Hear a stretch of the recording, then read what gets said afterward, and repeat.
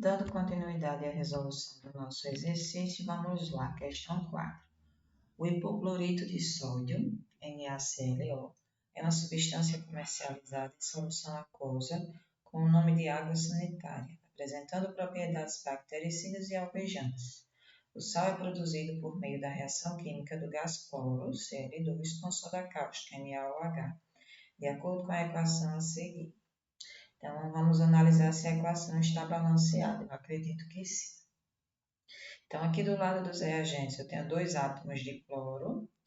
Do lado dos produtos, eu tenho um aqui, mais um aqui, 2. Então, cloro está ok. 2 sódio do lado dos reagentes, um aqui e outro aqui, 2 sódio do lado dos produtos. 2 oxigênio do lado dos reagentes, 2 do lado dos produtos. 2 hidrogênio do lado dos reagentes e 2 hidrogênio do lado dos produtos. Então, a equação ela está balanceada, ela está ok. Porque a primeira coisa é analisar se a equação está balanceada quando eu vou fazer um cálculo estequiométrico. Então, vamos para o que a questão está pedindo. Ele quer saber quais são as massas de gás cloro, então ele quer saber qual é a massa de gás cloro, e de soda cáustica, né, necessárias para a obtenção de hipoclorito de sódio. Então, a soda cáustica é essa substância aqui, e o hipoclorito de sódio, né, vai ser essa outra aqui. Então, vamos lá. Se eu estou relacionando massas, o que eu vou ter que determinar? A massa molecular das substâncias em análise. Esse é o primeiro passo após verificar se a equação está balanceada. Então, vamos lá para o primeiro passo. Determinar a massa molar das substâncias que vamos trabalhar. Então, massa molar, né, do gás cloro. Então, observe que aqui eu tenho quantos átomos de cloro? 2. Então, é 2 vezes 35, que é a massa, 35,5, que é a massa atômica do cloro. A massa atômica a gente verifica na tabela periódica. Então, 2 vezes 35, 71 gramas por mol. Massa molar do hidróxido de sódio. Então, eu tenho um átomo de sódio vezes a massa atômica dele, que é 23, mais um átomo de oxigênio vezes 16, que é a massa atômica do oxigênio, mais um átomo de hidrogênio vezes 1, que é a massa atômica do hidrogênio. Então, fazendo esse cálculo, eu tenho 40 gramas por mol. Já dessa outra substância aqui, né? Então, vamos lá determinar a massa molar do NaClO. Então, quantos átomos de sódio? 1 vezes a massa atômica do sódio, que é 23, mais quantos átomos de cloro? 1 também. Então, 1 vezes 35,5, que é a massa atômica do cloro. Vezes não, mais, abre parênteses 1, que é a quantidade de átomos do oxigênio, vezes o 16, que é a massa atômica do oxigênio. Então, fazendo esse cálculo, a gente tem 74,5 gramas por mol. Então, determinamos a massa molar das substâncias que a gente vai precisar. Agora, vamos para o segundo passo, né? Trabalhar uma por uma. Quais são as massas de gás cloro e soda cáustica necessárias para a obtenção de 1,490 kg de hipoclorito de sódio? Então, observe que do hipoclorito de sódio não é 1.490 kg, é 1,490 kg, que dá 1,490 kg de hipoclorito de sódio. Então, o primeiro passo já está aqui, que a gente viu no slide anterior. O segundo passo, montar a equação para desenvolver a regra de Trías. Então, vamos lá. Primeiro para o gás cloro, né? Então, tirando lá da reação, que eu esqueci até de trazer para cá, esses dados aqui foi retirado da equação. Primeiro eu vou calcular para o gás cloro, né? E determinar a massa, né, do hipoclorito de sódio, através da massa que foi dada nele. Então, vamos lá. Como é que eu vou fazer? Na equação anterior, se a gente for lembrar, ó, o cloro aqui, o coeficiente é 1, o hipoclorito de sódio aqui, né, coeficiente também é 1. Então, vamos lá.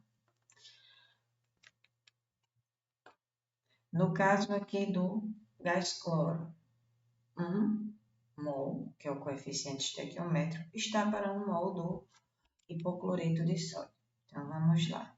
Então, vai ser o coeficiente 1, que é o que está aqui, a gente coloca aqui, vezes a massa molar do gás cloro que a gente determinou. Está para 1, que é o coeficiente do hipocloreto de sódio, vezes a massa molar do hipocloreto que a gente também determinou aqui, né, no slide anterior. Então, vamos lá. O que eu tenho que fazer agora feito isso? Na questão, ele quer saber quais são as massas de gás cloro, que é o primeiro que eu vou saber. Então, os dados do cloro abaixo dele. Então, X eu coloco aqui. Está para 1,490 kg, né? Que foi a massa que foi dada do hipocloreto de sódio. Então, o que eu faço aqui? Regrinha de 3. Multiplica esse meio pelos extremos. Então, vai ficar x vezes 1 vezes 74,5 igual a 1,490 kg vezes 1 vezes 71, porque a seta que está chegando aqui no 1,490 está saindo dessas informações aqui. Então, isolo x, que é o que eu quero saber. Então, x vai ser igual a quem? A tudo que está aqui, ó, depois da igualdade. Quem está sendo multiplicado por x, quando eu passo para o outro lado, eu passo dividindo. Então, se eu for colocar isso aqui e fazer de forma direta na calculadora, coloco parêntese aqui em cima e parêntese aqui embaixo para não ter erro. Então, abro parênteses, digito tudo isso, fecho parênteses, divide, abro parênteses, coloco essas outras informações. Fecho parênteses, igual, aí eu vou achar esse valor. Então, quando eu for produzir 1,490 kg de hipocloreto de sódio, eu vou precisar de quanto? De qual massa do gás cloro? De 1,42. Isso é para o gás cloro. E para a soda cáustica, né, o hidróxido de sódio, eu vou precisar de quanto para estar obtendo essa massa aqui do hipocloreto de sódio? Então, se a gente voltar lá na equação, o sódio aqui tem o coeficiente 2 e o hipocloreto de sódio o coeficiente 1. Então, continuando, então 2 está para 1. Então, qual é o coeficiente do hidróxido de sódio? 2 vezes a massa molar dele. E a gente já fez o cálculo, 40 gramas. Está para 1, que é o coeficiente do hipocloreto de sódio, vezes 74,5, que é a massa molar que a gente determinou dele. Então, X, que é o que eu quero saber, porque eu quero saber qual é a massa de soda cáustica, né? Que é o hidróxido de sódio. Então, eu coloco o X aqui abaixo dos dados de hidróxido de sódio. Está para 1,490 kg de hipocloreto de sódio. Então, esses dados aqui eu coloco abaixo dos dados do hipocloreto de sódio. Então, vamos lá. Como é que eu faço agora, né? Montado isso, regrinha de 3. Multiplica esse meio pelos extremos. A seta que está saindo de x está indo para 1 vezes 74,5. Então, está aqui x vezes 1 vezes 74,5 é igual a 1,490 vezes 2 vezes 40. Então, isolo x, porque é o que eu quero saber. Então, x vai ser igual a 1,490. Então, x vai ser igual a quem? A tudo que está aqui, ó, depois da igualdade. 1,490 vezes 2 vezes 40. Quem está sendo multiplicado por x, quando eu passo para o outro lado, eu passo dividindo. Então, aqui, se eu for fazer direto na calculadora, não esquecer o parênteses. Feito essa divisão, aqui a gente vai estar encontrando o valor de 1,6 kg de hidróxido de sódio. Então, para obter essa massa aqui do hipocloreto de sódio, vou precisar de quanto de soda cáustica, que é o hidróxido de sódio? De 1,6 kg. Isso foi a questão, né? 4. Na questão 5, o que ele está pedindo? Quais são os 3 principais motivos que fazem com que, em uma reação química, a quantidade de produtos formados seja menor do que a prevista em teoria pela estequiometria? Então, ele está dizendo aqui que os 3 são 3 principais motivos. Primeiro, né, os reagentes eles podem não ser 100% puros. Então, vai ocorrer a formação de produtos indesejados.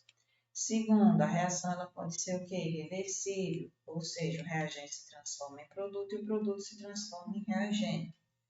Então, isso pode acontecer, né? Então, vamos lá. Analisar o que está descrito aqui. Primeiro, pela presença de impurezas, como eu já falei nos reagentes. Segundo, pelo fato de muitas reações serem reversíveis, como eu falei, ou seja, os produtos reagem entre si, produzindo os reagentes originais. E por último, pela possibilidade de reações paralelas. O que é isso? Como pode ocorrer a presença de impurezas, vai estar formando produtos indesejados, né? Então, não vai ter 100% do rendimento, 100% do produto esperado. Então, esses são os três principais motivos. Primeiro, pela presença de impureza. Segundo, pelo fato de muitas reações serem reversíveis. E terceiro, pela possibilidade de reações paralelas, ou seja, a formação de produtos indesejados. Defina reagente limitante. O que é o reagente limitante? É aquele que acaba e eu ainda tenho uma quantidade do outro reagente. Então, quando ele acaba, a reação para, mesmo eu ainda tendo do outro reagente. Então, reagente limitante é aquele que limita a quantidade de produto que pode ser produzido na reação. Porque se ele acabou, o reagente limitante, a reação para. Então, isso significa que quando o reagente limitante é totalmente consumido, a reação para, mesmo tendo ainda outros reagentes. Então, se o reagente limitante acabou, a reação parou.